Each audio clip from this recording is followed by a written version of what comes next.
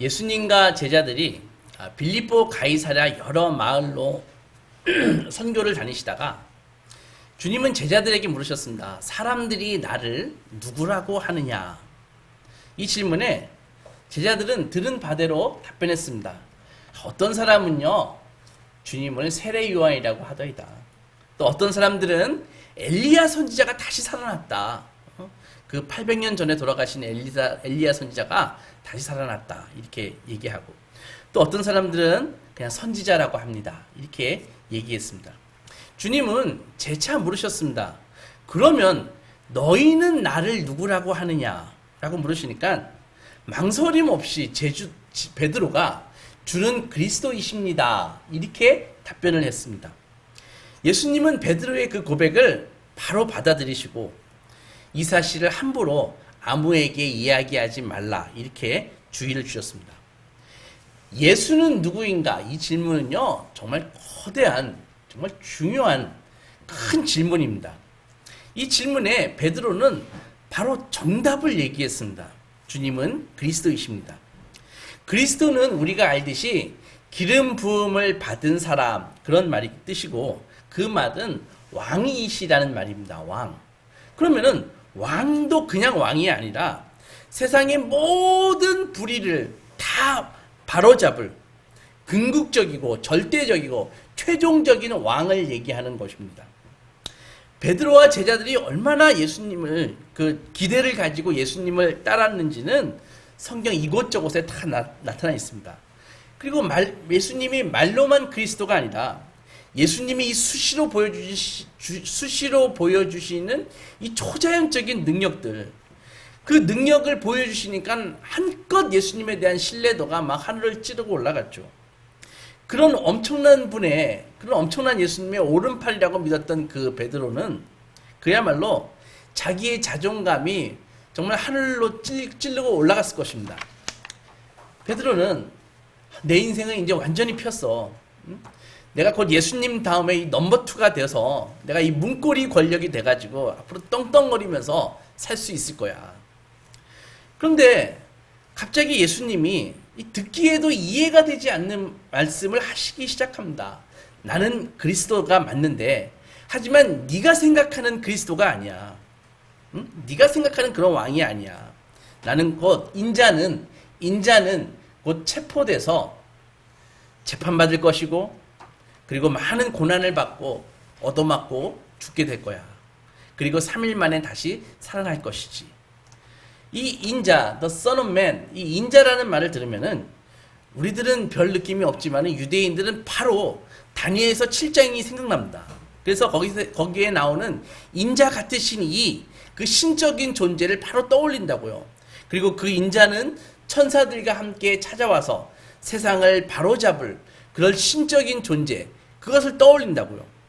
근데 예수님이 당신이 그리스도인 것은 맞지만 고난을 받고 죽을 것이라고 이야기한다고요.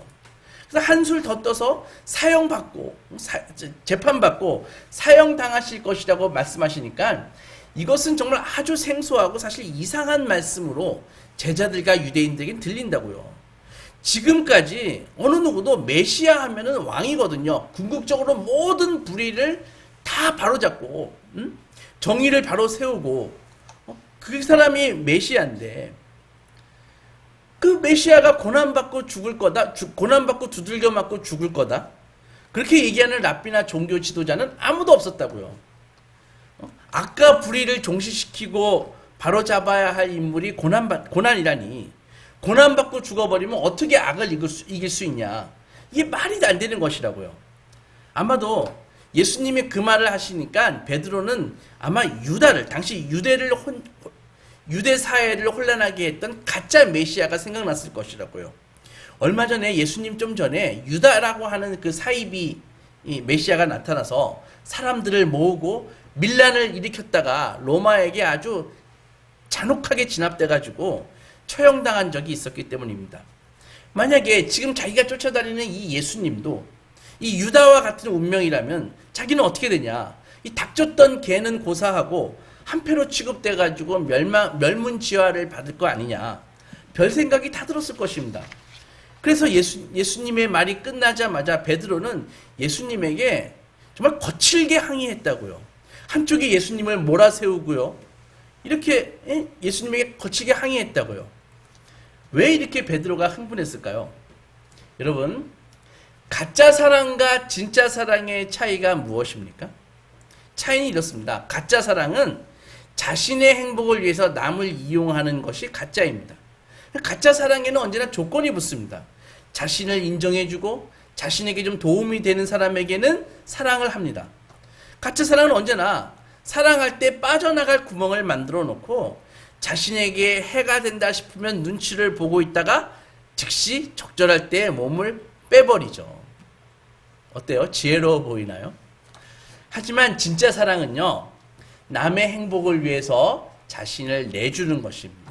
상대방의 행복을 나의 행복으로 삼는 것입니다. 따라서 이 사랑은 무조건적인 사랑입니다. 자신에게 도움이 되지 않아도, 오히려 자기가 위험에 처해도 아낌없이 전부를 내주는 사랑입니다. 우리 중에 진짜 사랑을 하는 사람이 있을까요? 답은 없다입니다. 그 이유는 우리가 물과 공기가 필요하지 않습니까? 그래서 물과 공기가 필요하듯이 우리 모두는 사랑이 필요한 존재이기 때문에 그렇습니다. 우리는 사랑 없이는 살 수 없는 존재입니다.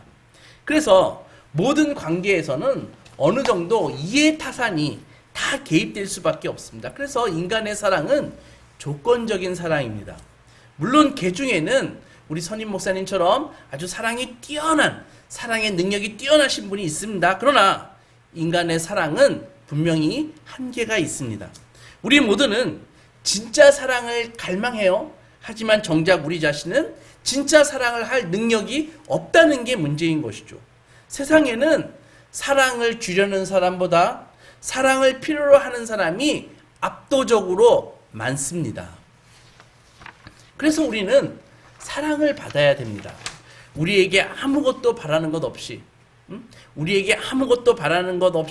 순수한 마음으로 사랑을 주실 분, 그분에게서 이런 세상에서, 이 세상에서 얻을 수 없는 사랑을 받고 나면, 그분에게서 정말 세상에서 볼 수 없는 사랑을 받게 되면 어떻게 됩니까? 우리 안에 자존감이 충만해지는 거예요. 그래서 비로소 우리도 그런 사랑을 나누어 줄 수 있는 것이죠.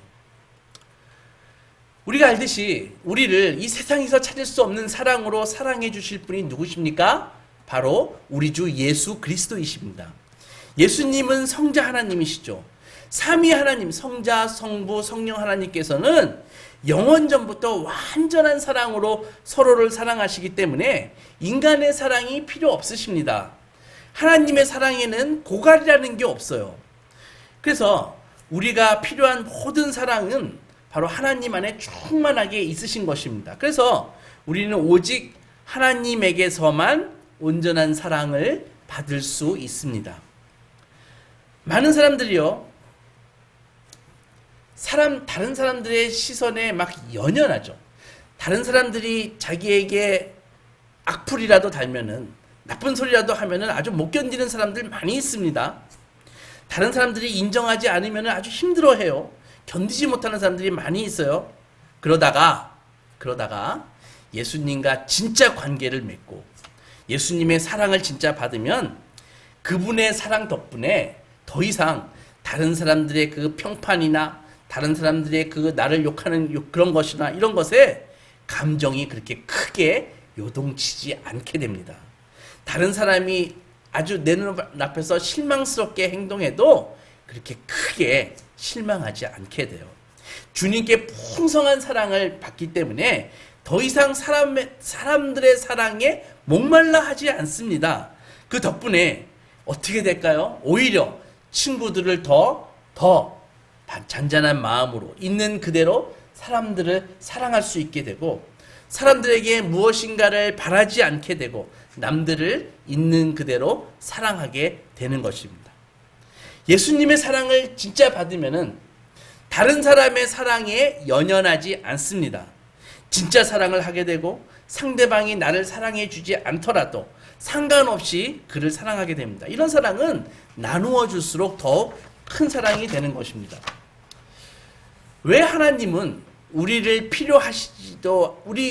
필요하지 않으시면서 굳이 우리를 창조하시고 그리고 이 값비싼 대가를 치르시면서까지 우리를 구원하셨을까요? 바로 그것은 우리를 사랑하셨기 때문입니다. 하나님의 사랑은 완벽한 사랑이기 때문에 조건 없이 내주는 사랑입니다. 그래서 하나님의 사랑을 진짜 받잖아요. 그렇게 되면은 우리 사랑에서 불순물들이 제거되기 시작합니다. 우리의 사랑이 순수해집니다. 전에는 아주 이기적이고 전에는 조건적인 사랑밖에 할 줄 모르는 그런 인간이 하나님의 사랑을 진짜 받게 되면은 그 불순물들이 빠지게 되는 것이죠. 하나님의 사랑을 받잖아요. 하나님의 케어를 받는 자라는 진짜 그런 느낌이 갖게 되면은 자존감이 올라갑니다. 그래서 남들의 사랑을 구하지 않고 오히려 남들에게 진정한 사랑을 나누어 주게 됩니다.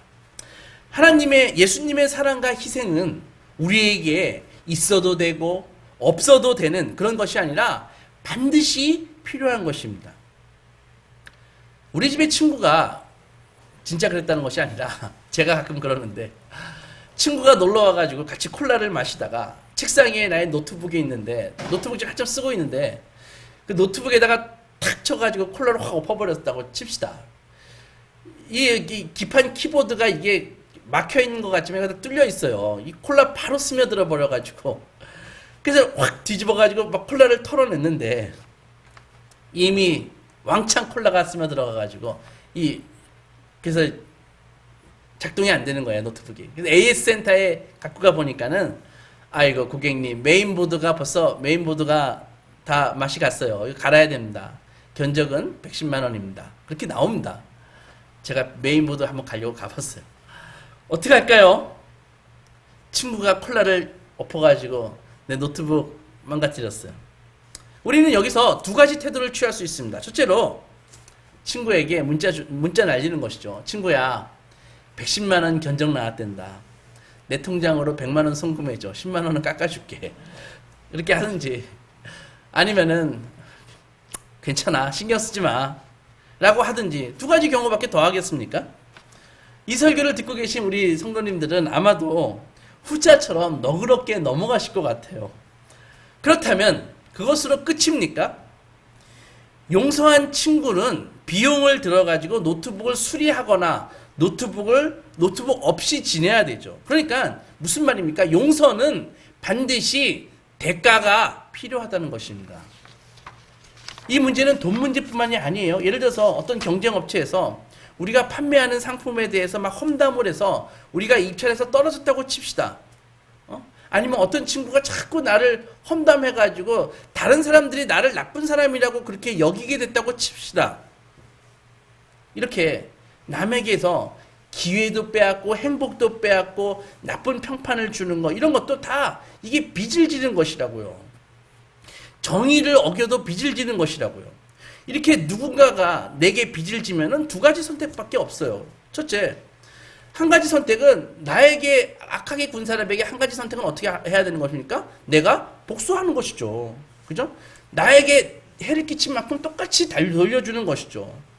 예를 들어서 똑같은 방법으로 상대방의 기회를 빼앗거나 평판을 떨어뜨리거나 그렇게 해주는 것이죠. 그래서 상대방이 고통받는 모습을 보면서 내가 내 분을 좀 삭히는 것입니다. 하지만 복수를 하면은요, 상대방과 똑같은 사람이 되는 것입니다. 점점 나는 냉혹해지고 차가운 사람으로 변해가고 처음에는 피해자였는데 나중에는 결국 가해자로 끝나게 되는 것입니다. 악이 승리하는 것이죠. 그렇다면 어떻게 해야 될까요? 나머지 하나의 선택은 한 가지밖에 없어요. 용서해 주는 것입니다. 용서. 하지만 용서가 쉽습니까? 정말 어려운 것입니다. 수시로 일어나는 이 증오와 복수심을 꾹 참으면 속병이 생기는 것입니다. 그래서 용서는 고통스러운 것입니다. 우리 가게는 망해가는데 나를 모함했던 저 녀석의 가게는 승승장구하는 꼴을 봐야 되는 것입니다. 남이 나에게 잘못한 대가를 나는 혼자서 감당해야 되는 것입니다. 이처럼 진정한 용서는 고통이 따른다고요. 이렇듯 잘못한 대가는 그냥 말로 퉁쳐지는 것이 아니다. 괜찮아. 이 말로 퉁쳐지는 게 아니라고요. 상대방이 치르든 내가 치르든 누군가는 대가를 치러야 된다고요. 그러면 어떻게 해야 됩니까? 어떻게 해야 돼요? 용서를 통해서 내가 그 대가를 치러야 잘못을 바로잡을 수 있다고요. 요즘 세상에 네 죄를 네가 알렸다 이렇게 소리 질러 봐야 요즘 세상에 아이고 잘못했습니다 라고 그렇게 얘기할 가해자는 거의 없습니다.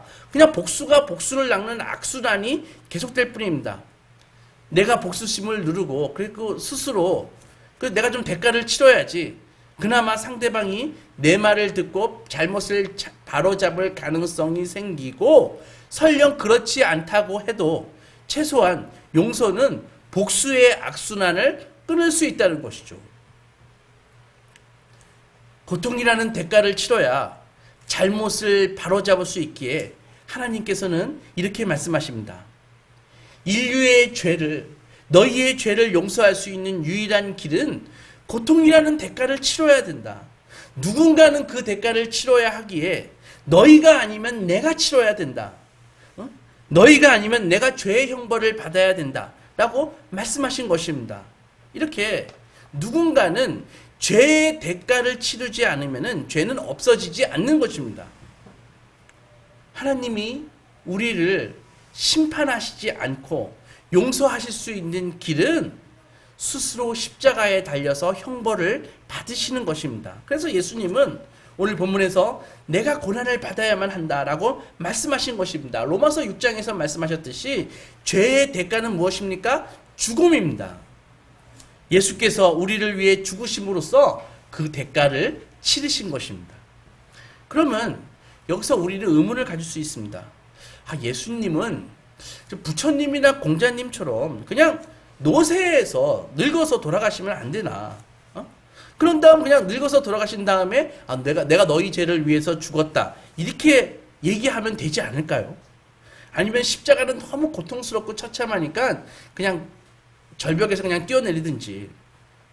그러나 그럴 수 없었습니다. 예수님의 죽음은 반드시 폭력에 의한 죽음이어야 했습니다. 왜 그럴까요? 히브리서 9장에서 이런 말이 있습니다. 피 흘림이 없은즉 사함이 없느니라. 피 흘린다는 게 무슨 말이에요? 자연스럽게 죽는다는 것이 아닙니다. 자연스럽게 죽는 것이 아니라 자기의 목숨을 내주거나 목숨을 취하는 것이 피 흘리는 것이라고요. 폭력에 의한 죽음이 바로 피 흘리는 것이라고요. 그래서 여러분들 우리가 낼 수 있는 가장 큰 대가가 무엇입니까? 그것은 돈이 아니라 바로 목숨입니다. 인류의 죄의 대가를 치르기 위해서 예수님은 목숨을 내놓으셔야 됐습니다. 그것도 강도나 폭도들의 손이 아니라 로마 권력의 정식 재판을 통해서 그 당시 세계를 주름잡고 있던 세계의 패권을 갖고 있던 로마의 재판을 통해서 대제사장과 서기관과 같은 종교 지도자들의 손에 의해서 죽임을 당하셔야 했습니다. 그래서 십자가는 이 정의와 진리가 아닌 이 권력으로 압제와 부패를 일삼는 이 세상의 이 악한 모습을 적나라하게 보여준다고요. 세상의 지도자들은 예수님을 유죄 판결함으로써 오히려 자신들이 죄가 있음을 드러내게 되는 것입니다. 예수님의 죽음은 하나님의 나라가 어떤 곳인지 보여주는 거예요. 이 주께서는 죽음이라는 형벌을 받아들인 덕분에 바로 우리 목을 조이던 죄와 악의 굴레에서 우리를 해방시켜 주셨습니다. 예수님은 십자가에서 지는 것이 이기는 것임을 보여주셨습니다. 어떻게 보여주셨습니까? 바로 부활로서, 다시 삶으로써 승리의 증거를 보여주셨습니다. 세상의 권력이 우리를 어떻게 여러 가지로 겁주고 있는데 우리에게 가장 겁을 주는 게 무엇입니까? 바로 죽음입니다. 언제라도 너는 내 말을 안 들으면 죽을 거야. 이것 앞에서 우리는 겁을 먹고 그리고 그것에 꼼짝 못하게 되는 것이죠. 하지만 부활이 무엇입니까? 부활의 주님을 영접한 주님의 자녀들은, 부활한 예수님을 영접한 주님의 자녀들은 죽음조차도 하나님을 만날 수 있는 기회, 선물일 뿐이라는 것이죠. 예수님을 만나지 못한 인생들은 죽음은 가장 두려운 사건이라고요. 그죠? 그래서 얼마나 두렵습니까? 죽기 직전까지 거의 죽는다는 사실을 외면하고 삽니다. 생각 안 하고 삽니다. 억지로 무시하려고 삽니다. 죽기 직전까지. 하지만 주님의 자녀들은 죽음조차도 하나님의 선물이다. 하나님을 만날 수 있는 선물이다. 이렇게 믿게 되는 것이죠. 언젠가 우리 사랑하는 소망교회 모든 성도들이 언젠가는 자고 일어나면 주님의 부드러운 음성을 들으실 것입니다. 사랑하는 아들아, 나의 예쁜 딸아, 달리다쿰 일어나라 하면서 우리 성도는 하나님의 품에 안기게 되는 것입니다. 죽음의 권세가 더 이상 우리를 위협할 수 없기 때문에 이제 우리는 두려움이 아니라 사랑 속에서 살아가는 것입니다. 오늘 본문 35절에서 주님은 이렇게 말씀하십니다. 누구든지 자기 목숨을 구원하고자 하면은 잃을 것이요, 누구든지 나와 복음을 위하여 자기 목숨을 잃으면 구원하리라. 꼭 이순신 장군님이 하신 말씀 같죠? 예수님이 훨씬 옛날 분이세요. 자기 목숨을 구원하고자 하면은 잃을 것이고, 누구든지 나와 복음을 위해서 자기 목숨을 잃으면 구원하리라. 여러분, 자기 십자가를 지라 목숨을 구원하려면 복음을 위해 목숨을 잃어야 된다. 이게 무슨 의미일까요? 예수님처럼 다시 골고다에 내가 십자가에 못 박히는 것을 얘기할까요? 그런 것이 아니라, 잘 들어보세요. 세상적인 것에서 정체성을 얻으려고 하지 말라는 말입니다.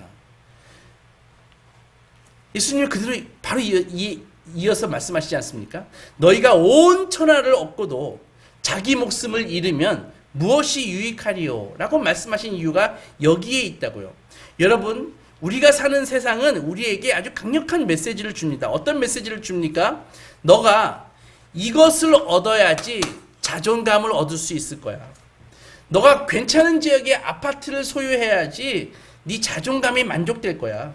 네가 아이들을 잘 교육시켜서 번듯한 직장에 취직시키면은 너 인생은 성공한 거야. 너가 충분한 노후 자금을 마련하면은 너의 행복한 인생이 확보될 거야. 이게 세상의 메시지 아닙니까? 하나같이 똑같이 무엇입니까? 바로 성과가 삶의 전부라는 것입니다. 하지만 예수님은 결코 그렇지 않다고 말씀하십니다. 온 천하를 얻는다고 하여도 네 존재 깊은 곳에 묻어있는 그 공허함의 때는 벗기지 못할 것이다 라고 말씀하시는 것입니다. 세상이 좋다는 것을 네가 아무리 많이 얻는다 하여도 진정한 만족은 얻을 수 없을 것이다 라고 말씀하십니다.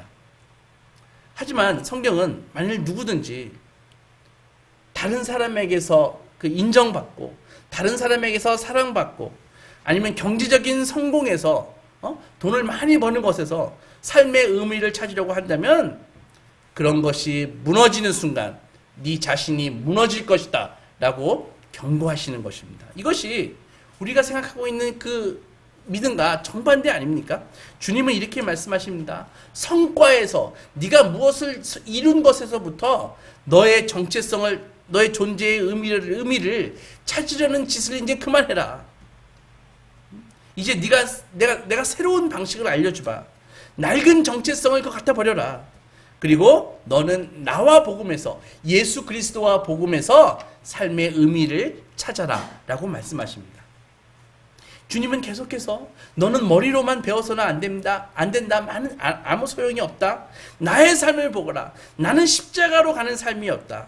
너희가 생명을 얻도록 나는 십자가 위에서 내 생명을 잃었다. 이렇게 성도는 예수 그리스도의 십자가의 사랑을 받은 자입니다. 여러분 성도가 하나님의 아들에게서 이런 사랑을 받은 존재다. 이것을 정말 깊은 곳에서 감동을 받고 깨달으면요, 이제는 더 이상 성과 때문에 내가 연연하지 않습니다. 내 외모 때문에, 내 재력 때문에 내가 주눅들지 않습니다. 남들의 사랑을 못 받는 것 때문에 내가 주눅들지 않습니다. 오히려 정말 십자가의 사랑을 갖고 있는 성도는 정말 세상에서 찾아볼 수 없는 자존감과 안정감을 얻는 것입니다. 사랑하는 소망교회 성도 여러분, 자기를 비우고 예수님을 채울수록 우리는 더욱더 진정한 자아가 되는 것입니다. 진정한 자아는요, 예수 안에 있는 것입니다. 그래서 우리가 예수님한테 다가가면 다가갈수록 내가 누구인지가 보이는 것입니다. 오히려 예수를 거부하고 예수님에게서 멀어지면 멀어질수록 어떻게 될 것 같습니까? 어떻게 되는지 아십니까? 바로 환경에 휘둘리고 세상적인 욕망에 휘둘리고 그런 존재가, 그런 불안한 존재가 되는 것입니다.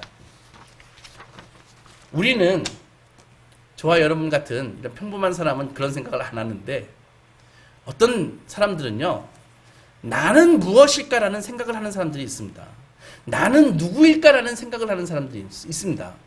그래서 한 신학자가 그런 생각을 하면서 이렇게 얘기했습니다. 내가 나를 그토록 소중하게 여기고 내가 자랑스럽게 여기는 그 나 자신이라는 것은, 잘 들어보세요, 내가 출발시키지도 않았고 멈출 수도 없는 이 사건의 열차들이 모이는 이 집결지에 불과하다. 내가 의도한 것도 아니야. 내가 멈출 수도 없어. 그런 사건의 집결지에 불과한 거다. 내 자신이라는 게 이렇게 허망한 거야. 내 소망이라고 부르는 거, 그거 사실은 다른 사람들이 사회가 얘기하는 그런 욕망에 불과한 게 바로 내 소망이야. 그렇게 얘기하는 것입니다. 심오하지만 잘 생각해 보면은 이해할 수 있습니다. 그러나 우리는, 성도는 예수께 나아가서 내 자신을 내려놓을 때 진정한 자신을 발견할 수 있는 것입니다. 새로운 자신을 얻기 위해서 예수께 가는 것이 아니라 예수님만을 추구하면은 진정한 자신은 덤으로 따라온다는 것입니다. 여러분, 오늘 본문에서 예수님이 고난을 받기 위해서 예루살렘에 가신다고 하자 예수님의 그 수제자인 베드로가 불같이 화를 냈어요. 안 그랬었는데 어딜 감히 예수님한테 화를 냅니까? 예수님의 제자가. 근데 예수님이 고난받기 위해서 이제 예루살렘에 간다 그러니까는 베드로가 막 길길이 달리뛰면서 막 분노를 냅니다. 왜 그랬을까요? 왜 그랬습니까? 베드로는 우리랑 똑같아요. 자기 인생에 자기가 성공으로 가고자 하는, 자기가 그 안락한 노후로 가고자 하는 이 계획이 다 있었다고요. 로드맵이 있었다고요. 그리고 그 계획 안에는 고난이라는 건 없습니다. 누가 자기 노후라 자기의 성공에 고난이라는 것을 집어넣습니까? 근데 예수님이 나는 세상을 위해서 고난받으러 십자가 지러 간다 그러니까는 화가 나는 것이죠. 그래서 당신이 그런 식으로 죽어버리면 당신을 쫓던 내 인생은 어떻게 되는데, 이게 바로 베드로의 말이라고요. 여러분, 우리가 신앙생활을 한다고 하면서 이렇게 모여있지만 우리 목적을 세우면은요, 예수님은 수단으로 전락합니다. 하지만 예수님을 왕으로 세우면은 우리는 예수님을 이용하지 않게 됩니다. 감히 예수님 왕 아니십니까? 왕 앞에서 흥정할 수 없습니다. 그저 왕에게는 머리를 조아리고 주님 말씀하십시오 라고 말할 뿐입니다. 예수님은 그냥 왕이 아니라 십자가 위에 왕이십니다. 하지만 예수님은 우리를 위해서 십자가를 지신 왕이십니다. 그래서 그분께는 우리는 사랑으로 복종하는 거죠. 신뢰로 순종하는 것이죠. 주님께서 자신을 완전히 주셨는데, 주님께서 자신의 목숨을 우리에게 주셨는데 우리가 주님께 무엇을 못 드리겠습니까? 우리도 우리의 십자가를 져야 됩니다. 여러분들, 자기 십자가를 진다는 것은, 다시 알려드릴게요, 자신의 목적과 자신의 계획과 자신의 삶에 대해서 주장하지 않고 죽는다는 것을 의미합니다. 본문 9장 1절에서 내가 진실로 너희에게 이르노니 여기 서 있는 사람 중에는 죽기 전에 하나님의 나라가 권능으로 임하는 것을 볼 자들도 있느니라 라고 하셨습니다. 신앙생활을 좀 오래 하신 분들은 이 말씀이 굉장히 어려운 말씀이라는 것을 압니다. 왜? 많은 사람들이 이것을 예수님이 말할 때 그 말을 듣는 사람들 중에는 예수님의 재림을 볼 자가 있다고 예수님이 말씀하시는 거 아니야? 그런데 예수님이 안 오셨잖아. 이런 게 생각을 하시는 분들이 계시다고요. 하지만 예수님의 말씀은 그런 뜻이 아니었습니다. 초대교회는요, 그 초대교회 예수님과 그 1세대가 다 가신 다음에도 이 말씀을 소중히 붙들었습니다. 예수님의 말씀은 무슨 말씀인가 하면은 하나님의 나라가 약하게 십자가 위에서 시작되지만 약하게 끝나지 않는다는 말입니다. 실제로 초대교회 성도들은요, 부활의 힘을 경험하고 세상을 향한 교회의 그 사랑과 섬김이 영향력이 폭발하는 것을, 하나님의 나라가 임하는 것을 보았습니다. 하나님의 나라는 약한 상태에서 시작합니다. 포기하는 것에서부터 시작합니다. 목숨을 버리는 것에서부터 시작합니다. 우리 힘으로 구원할 수 없다는 그런 겸손에서부터 시작합니다. 그러나 여러분, 우리에게는 우리 죄를 대신 갚음으로써 하나님의 그 요구하심을 하나님의 요구하시는 그 의가 필요한 것이죠. 그래서 우리는 약합니다. 예수님은 처음에는 약하게 시작하셨습니다. 먼저 약한 인간이 되셨고 나중에는 십자가에서 무기력하게 달리셨습니다. 그래서 그분을 만나려면, 예수님을 만나려면 우리는 약하게 시작해야 됩니다. 하나님의 나라는 그렇게 미약하게 시작합니다. 하지만 그렇게 끝나지 않습니다. 언젠가 예수님이 돌아와 회복된 세상으로 우리를 데려가실 때 사랑이 미움을 이기고 생명이 죽음을 완전히 이길 것입니다. 사랑하는 여러분, 왜 우리의 얼굴은 그렇게 피곤과 권태로 찌들어 있습니까? 무엇을 향해서 그렇게 분투하면서 열심히 달려가고 계십니까? 그것이 무엇이든 예수가 아니면은 그 무엇도 움켜쥐지 마십시오. 손에서 놓지 않는 것은 진정으로 우리의 것이 될 수 없습니다. 우리 안에서 죽지 않는 것은 어떤 것도 부활할 수 없습니다. 자신을 추구하면 결국에는 자신을 추구하잖아요. 결국에는 외로움과 미움만 남게 될 것입니다. 절망과 분노로 찌들고 파멸과 부패만 얻을 것입니다. 하지만 예수님을 추구하면 그분을 찾을 뿐만 아니라 나머지는 덤으로 따라옵니다. 사도 바울은 빌립보 성도들에게 자신의 내면에서 끝없이 솟아오르는 기쁨을 표현하면서 이렇게 말했습니다. 바울의 세상적인 형편을 아시는 분은 바울의 형편이 어떻다는 걸 아실 것입니다. 그분은 무엇을 소유하고 계신 분이 아니십니다. 거처 없이 계속 다니시면서 복음을 전했던 분이시고 이제는 나이가 많이 들어 이제 갈 날이 얼마 남지 않으신 우리의 사도십니다. 그분이 이렇게 고백했습니다. 내가 일평생을 돌아볼 때 어떠한 형편에 있든지 나는 자족함을 배웠다. 나는 비천에 처할 줄도 알고 풍부에 처할 줄도 알아.